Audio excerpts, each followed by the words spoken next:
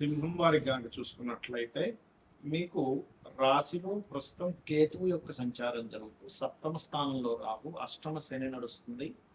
భాగ్యంలో కుజుడు ఉంటూ ఆ యొక్క కుజుడు 21వ తేదీకి దశమ స్థానంలోకి వస్తున్నాడు. ప్రస్తుతం దశమ స్థానంలో రవి ఉంటూ ఆయన దాదాపుగా మీకు మే 15వ తేదీ నుంచి జూన్ 15వ తేదీ నుంచి జూన్ 15వ తేదీ నుంచి మిథునంలోకి మారుతున్నాడు, ఏకాదశంలోకి మారుతున్నాడు.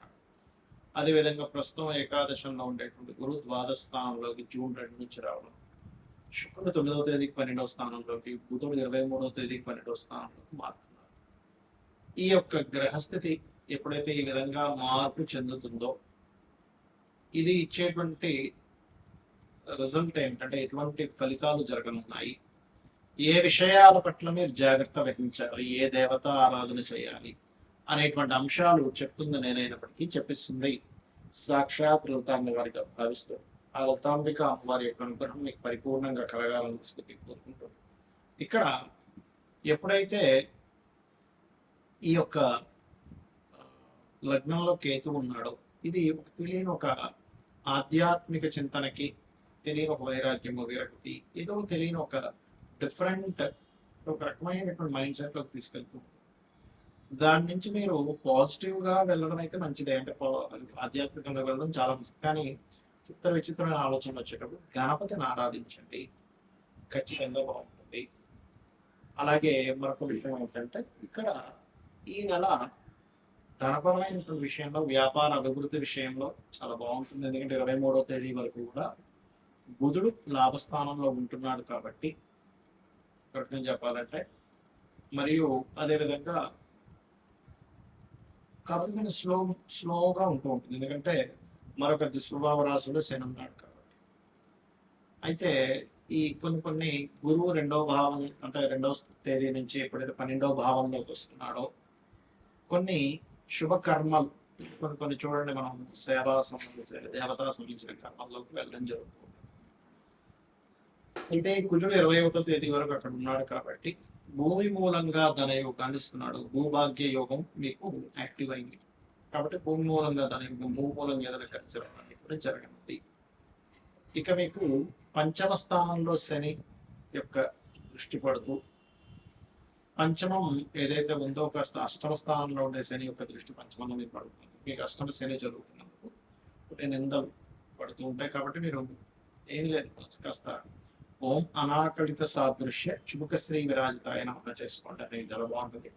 విదేశీ సంబంధాలు ఎక్కువగా కుదురుతాయి. వివాహం విషయంలో మీరు 7, 8 తేదీలు వివాహ నిర్ణయాలు కానీ పార్ట్నర్షిప్స్ విషయంలో నిర్ణయాలు కానీ తీసుకోకండి.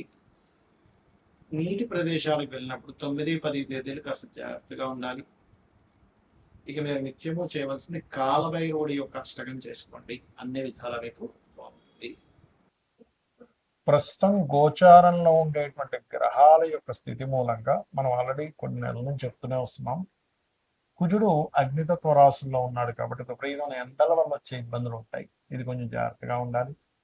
నీటి వల్ల వచ్చేటువంటి వైరస్లు, గురువు అతిచారంలో కర్కాటకంలోకి వెళ్ళాడు కాబట్టి ధరలు విపరీతంగా పెరగడం తగ్గడం, అది గోల్డ్ అనుకోండి, సిల్వర్ అనుకోండి, అన్ని కూడా మనం ఆల్రెడీ మే 11 నుంచి May first week, second week నుంచి పెరుగుతాయని చెప్పాం. అదే రకంగా పెరుగుతూ వస్తున్నాయి. అయితే ఇక్కడ ఏంటంటే ఈ గోల్డ్ మీద ఇన్వెస్ట్మెంట్ చేయాలా, సిల్వర్ మీద ఇన్వెస్ట్మెంట్ చేయాలని చాలా మంది అడుగుతుంటారు. భూముల మీద చేయాలని ఒకటే గుర్తుపెట్టుకోండి, మీ జన్మజాతకంలో కనుక రవి గురువులు బాగుంటే గోల్డ్ మీద చేయొచ్చు, ఎఫ్లెక్షన్ లో లేదు అనుకుంటే. చంద్రుడు బాగుంటే సిల్వర్ మీద చేయొచ్చు, కుజుడు బాగుంటే ల్యాండ్స్ మీద చేయొచ్చు.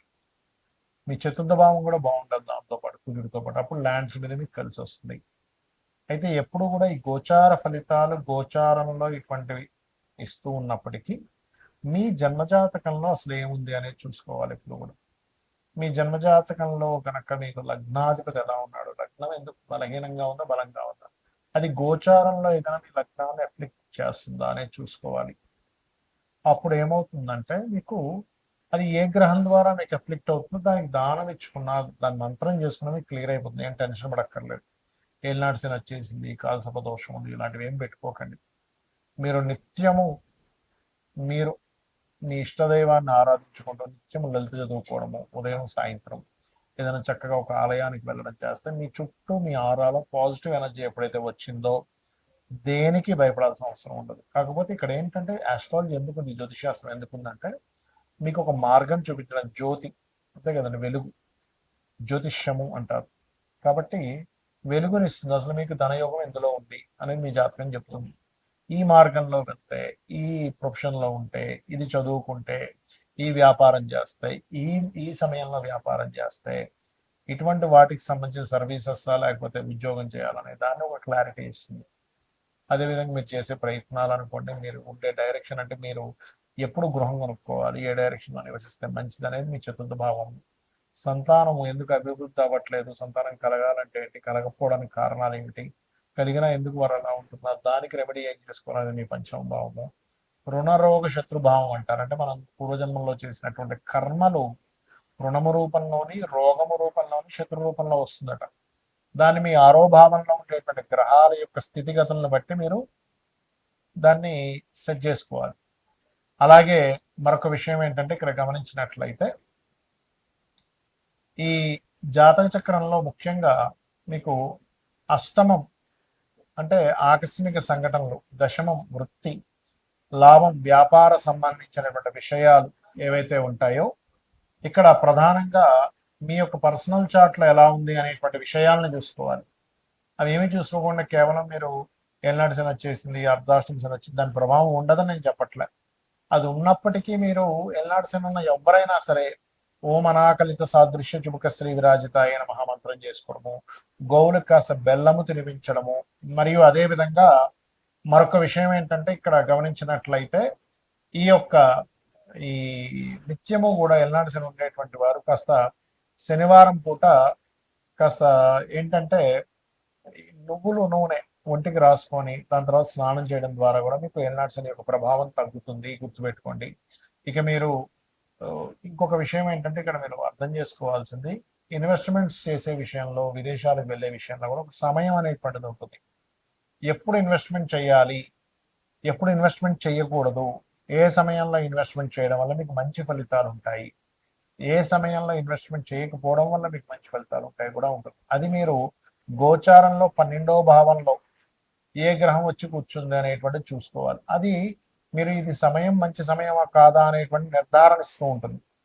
ఆ రకంగా చేసుకుని మీకు ఇంకోటి ఏంటంటే ఉంగరాలు ఇలాంటివి పెట్టుకుంటూ ఉంటారు, నేను కాదనట్లేదు, దానివల్ల కొంత ఎనర్జీ, పాజిటివ్ ఎనర్జీ ఉంటుంది. కానీ మీరు ఏంటంటే తెలియకుండా, తెలుసుకోకుండా ఏది పడితే అది పెట్టేసుకుంటున్నారు. అలా కాదు, మీకు మీ జన్మజాతకంలో ఏ గ్రహం మీకు పాజిటివ్ ఫలితాలు ఇస్తుంది, ఆ గ్రహ సంబంధించింది ఇప్పుడు మీకు పెట్టుకోవచ్చా లేదా కొంతకాలం తర్వాత ఆ యొక్క ఉంగరాన్ని ధరించాలా అనేటువంటి విషయం మీ జన్మజాతకంలో నవగ్రహాల్లో ఏ గ్రహం మీకు పాజిటివ్గా ఉందో చూసుకొని దాన్ని పెట్టుకోవాలి.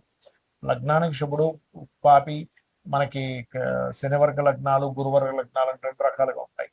కాబట్టి దాన్ని బట్టి కూడా పెట్టుకుంటారు. కానీ దానికంటే అతి ముఖ్యంగా మీరు చూసుకోవాల్సింది మీ యొక్క లగ్నం శనివర్గమైనా గురువర్గమైనా కూడా మీ యొక్క జాతక చక్రంలో మీ గ్రహాల్లో ఏది స్ట్రాంగ్ గా ఉందో చూసుకుని పెట్టుకోవడం వల్ల మీకు మంచి ఫలితాలు రానున్నాయి, గుర్తుపెట్టుకోండి, వస్తాయి కూడా.